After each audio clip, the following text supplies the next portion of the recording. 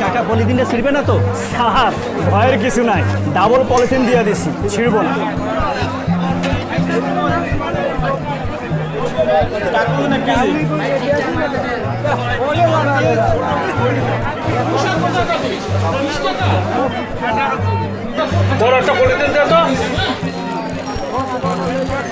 আপনি তো খাবারের সাথে বিষ মিশিয়ে দিচ্ছেন।